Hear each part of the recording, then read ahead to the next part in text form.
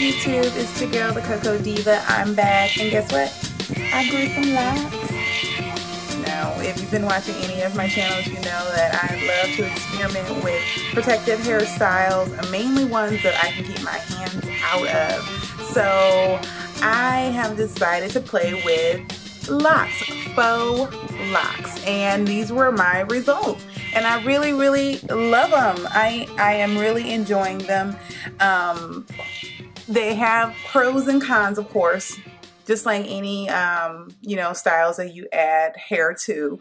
But for the most part, it's a thumbs up. I love them. They're convenient, they're different, they're not as sleek as a Singalese twist, but that's not what I was looking for. So I just basically wanted something that I could keep my hands out of, and something that's quick and easy in the mornings, you know, getting ready for work and all that good stuff. And I live in the Midwest, like I said before, and we have been getting we've been getting hit with a lot of snow. So this is helping my hair maintain moisture and keeping it simple in this cold, very cold winter months. So this is it, and of course I'm going to show you how I did it. There are tons and tons and tons and tons of YouTube videos on how to do these, so feel free to check out mine as well as a lot of other ones and come up with the method that you like best. So that being said, let's get to it.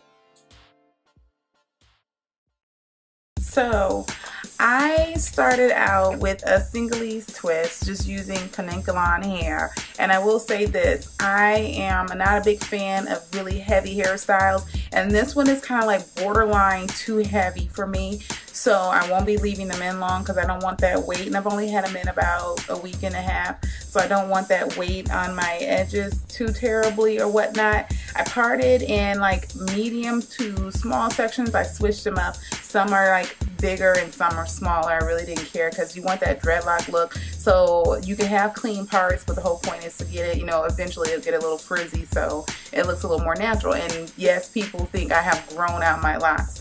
So I started with a twist because it's less stress to me than a braid, and it, you know, I can't get it super tight like a braid, which is okay. So this is just a Singalese twist. I will say this, I also experimented with yarn, using the yarn to twist my hair because I was trying to avoid the whole heavy thing.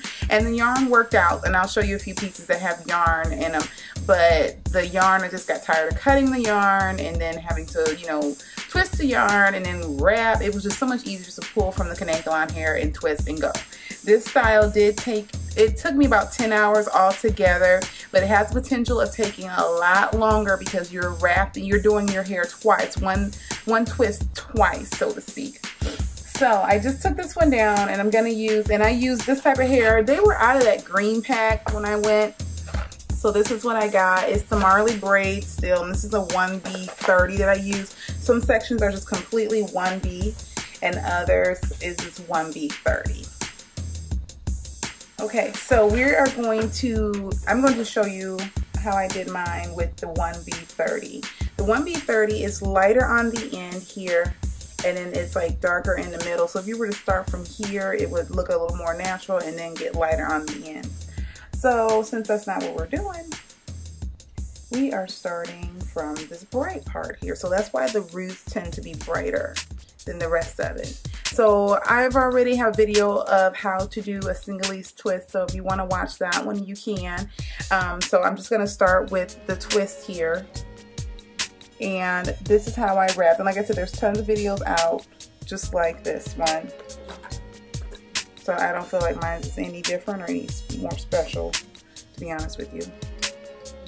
And what I did was, forgive my nails, they're going through acrylic nail healing process. You might know what I'm talking about. You know how long it can take for your nails to regain strength. So as you can see, I placed the tip of it there. Now, advice, don't wrap directly at the root because these do get tight. So as you see, there's still some room there I'm tugging, because you're going to push that up and it will get tight on its own, and you will have some tension. I had more tension with these locks than I did with my Singalese twist. Like, I felt like I had been to a professional braided, stylist, however you want, whatever you want to call them, because it was literally that tight. And as you can see, I am just holding it in one spot and letting my right hand here do all the work. Now, when I get so far down, that's when I'm going to just kind of push up so that it kind of touches the root. But remember, you really don't want these super, super tight because it tightens as you go. Because you're doing all this wrapping, so it has the potential to just, you know, tighten on its own. So I'm just going to work that all the way down. Now, another thing, you don't want to leave, see those spaces there? You don't want to leave that there because it means you're free to see the twist. So you just push it up as you go. I will say this, if you do not push it up, they will fall. Like the hair will get loose that you wrapped, and then your twist or braid will be exposed. So definitely push up as you go. And I'm just going to keep wrapping. And you'll get faster and faster the more you do them. It takes, just like anything else, it takes a little bit before you can feel the hang of it. But can you see that? And yes, this is Marley hair, so it's going to give it that rough look, that frizzy look. I did also experiment with wrapping with the Kanenkalon hair because I like the look of the synthetic locks. I like the way that they were kind of silky shiny, but it didn't hold. It was too silky.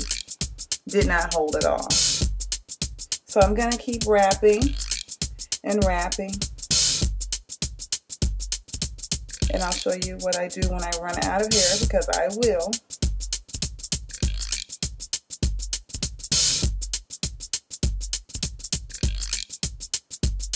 Push up. I think the one in the green pack has longer strands. But like I said, they were out of the color I was looking for.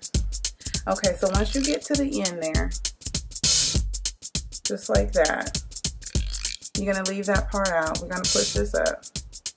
Leave that part hanging out like that. Get your second piece. And I'm going to start the same way I started before, leaving just a little bit there. And I'm going to begin wrapping.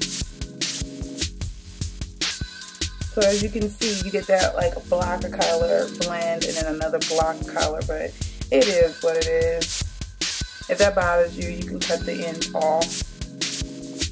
But it didn't bother me because I have black hair mainly on top of it. And then you proceed the same exact way. Just keep going, pushing that up so it's secure. Because like I said, you will find yourself retwisting if you don't do it tight enough. So keep going all the way, and I'll show you how I finish the bottom once I'm done wrapping. Okay, so we've come to the end of our twist here. So I think this is a good angle here. And that's how much hair I have left. What I did from this point, that's the end of my twist. I've already burned it. I just wrapped it around, literally, just like that, until you couldn't see anymore. Warmed it up in my hand so it would kind of stay there. Grab the lighter and just reburn it again.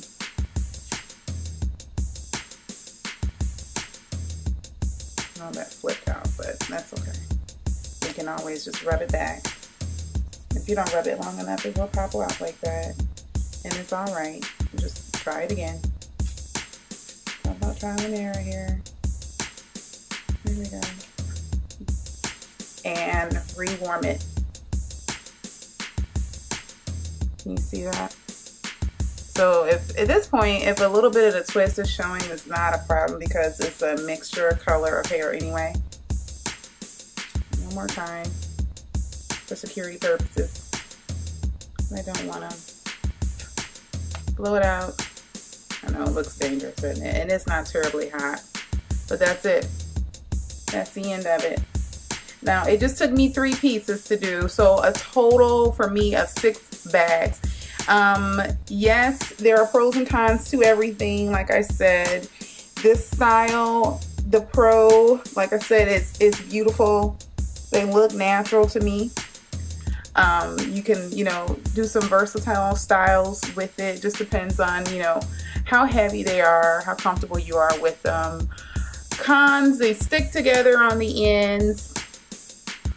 But the part that I worked out as a pro for that is when I go to put my hair up, like I wore a top bun a few times with these already, and I really didn't need a whole lot of bobby pins because they stick together, so you just kind of tuck them and it works. Like it just works because they stick together on the ends.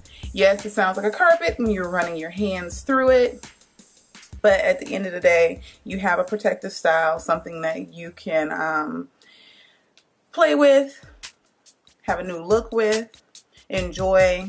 So to me, the pros outweigh the cons, but at the same time, like I said, I don't like heavy styles. So I probably will leave these in more than a couple of weeks. 3 will be pushing it for me. I just don't want too much weight, and it's already enough because you are, and that's why I tried the yarn. Oh, the end of the yarn pieces. See that? It needs to be reburned. So from time to time, these little pieces flick out just because they stick together and you're constantly, you know, running your fingers through it. So I will reburn that. And like some people do the yarn wraps and they burn the same way so far as like, just like the Kanankalon. Give it a twist, pat, pat, and you're done.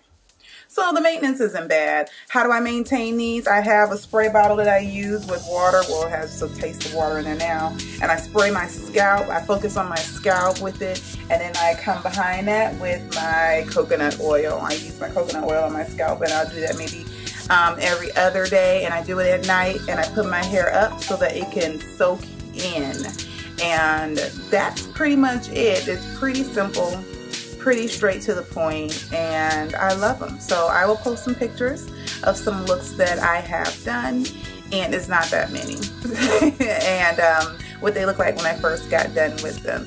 And if you guys have any questions, please comment down below. Other than that, I hope my tutorial was straight to the point. Until next time, you guys, be blessed.